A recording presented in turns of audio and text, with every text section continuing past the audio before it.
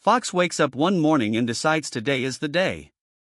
Today he will finally write that book he keeps talking about.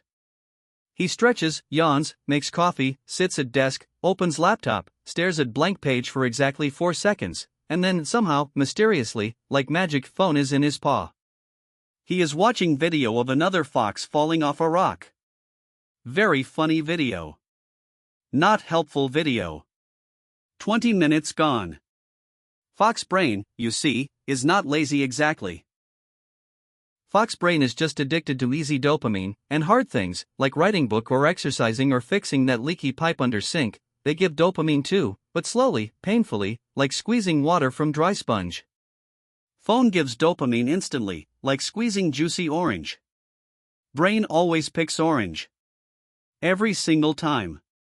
This is Fox's problem, and if truth be told, this is problem of basically every creature with a brain and a phone. Fox tries usual tricks. He tries willpower. He tells himself, tonight, no phone after dinner, I will read book instead. Tonight comes. Phone whispers sweet nothing at 9:15. By 9:17 Fox is scrolling pictures of other foxes' vacations, feeling strange mixture of jealousy and emptiness that has no name but everyone knows exact feeling. Willpower, it turns out, is finite resource, like battery on old phone, looks full in morning, dead by afternoon, and definitely dead by 9:15 at night. So Fox tries something different. He remembers Uncle Fennec, old wise fox who lives in burrow full of books and smells like cedar and regret, telling him once, willpower is for amateurs. Professionals build systems. Fox does not fully understand this at time, mostly because Uncle Fennec has habit of speaking in riddles while eating crackers loudly, but seed is planted. Fox starts noticing pattern. Every time he does hard thing, even tiny hard thing, like making bed or doing 10 push-ups, brain does not reward him right away. But every time he does easy scroll thing, brain rewards him instantly, then punishes him 30 minutes later with fog and guilt. Fox realizes something backwards is happening. Brain has learned wrong lesson. Brain thinks scrolling equals good, hard thing equals bad, simply because timing of reward got confused somewhere a long way, like mail delivered to wrong house. So Fox decides to do experiment. Not to become monk. Not to delete phone and move to cave and eat berries in silence, though for one afternoon this does sound appealing. Instead Fox decides small thing, he will make dopamine detox not about removing pleasure, but about resetting when pleasure arrives. First week is rough.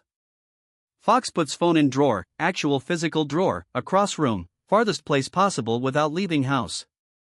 First hour without phone feels like missing tooth, tongue keeps poking at empty space.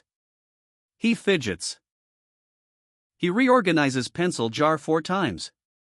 He almost writes email to childhood friend just to feel something happening. But slowly, hour 2 arrives, and something shifts. Boredom, which Fox always ran from like it was pack of wolves, turns out to be less like wolf and more like quiet grandmother waiting patiently at kitchen table. Boredom, Fox discovers, is where ideas actually live. With nothing to scroll, brain gets desperate, starts generating its own content. Memories, ideas, random silly songs about acorns, and this, it turns out, feels oddly good too, just quieter kind of good. Fox writes half page of his book that afternoon. Not because he suddenly loved writing. Because writing was only interesting option left in room. This is trick number 1 Fox stumbles onto completely by accident, remove easy options, and hard thing becomes default thing, simply by being last Fox standing. But Fox is clever, sometimes too clever for own good. And knows willpower and removing phone only work so far, because eventually phone comes back, life demands phone, world runs on phone. So Fox invents second trick. He starts pairing hard things with tiny bit of pleasure, on purpose, like sneaking vegetable into sandwich. He allows himself favorite snack, honey roasted crickets, but only while working on book. Not before, not after, only during. Brain, confused at first, slowly starts connecting dots. Oh, book time is when good crunchy thing happens. Within 2 weeks something strange occurs, Fox catches himself looking forward to sitting down at desk, tail doing little wag, and he is startled by this feeling because it is feeling usually reserved for treats and belly rubs, not for staring at blank document. Third trick comes from failure, as best tricks often do. Fox has bad day.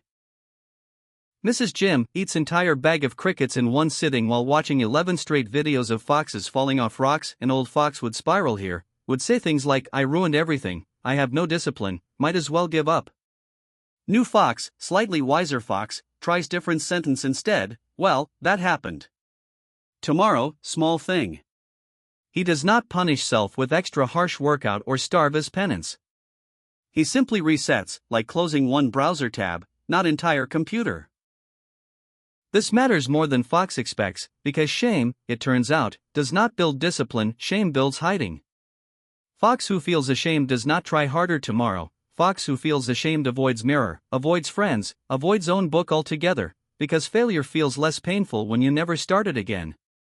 So Fox practices small forgiveness, almost like muscle, awkward and unfamiliar at first, but gets stronger with reps. Fourth trick, maybe the sneakiest one. Fox starts making hard things slightly harder to avoid, and easy things slightly harder to access. He moves phone charger to kitchen, far from bed, so morning scroll requires actual walking, actual decision, actual friction. Meanwhile he leaves book open on desk, pen resting right on page, so starting requires zero decisions at all, just sitting down and picking up thing already waiting. Fox learns that motivation is unreliable friend who shows up late and leaves early, but friction. Removing it from good things, adding it to bad things, friction works every single day, doesn't call in sick, doesn't need pep talk. Months pass. Fox does not become different animal entirely. He still loves videos of other foxes falling off rocks, still has lazy Sundays, still occasionally eats entire bag of crickets for no good reason except crickets are delicious and life is short. But something underneath has shifted, quietly, like tide moving without anyone watching. Hard things do not feel like punishment anymore. They feel like his things. His book has 40 pages now. His mornings have small ritual, water, stretch, 10 minutes writing before phone even leaves drawer. He finishes half marathon he signed up for on whim 8 months ago, mostly to prove something to himself, and crosses finish line not triumphant, not glowing, just quietly satisfied, like Fox who finally organized messy closet that bothered him for years. Uncle Fennec visits eventually, still eating crackers loudly, still speaking half in riddles, and notices book manuscript sitting on Fox's desk, notices Jim's shoes by door looking properly worn instead of suspiciously clean. Uncle Fennec does not say much. Just nods slowly, the way old foxes do when they see something they recognize. Fox realizes, sitting there, that trick was never really about tricking brain into liking hard things magically overnight.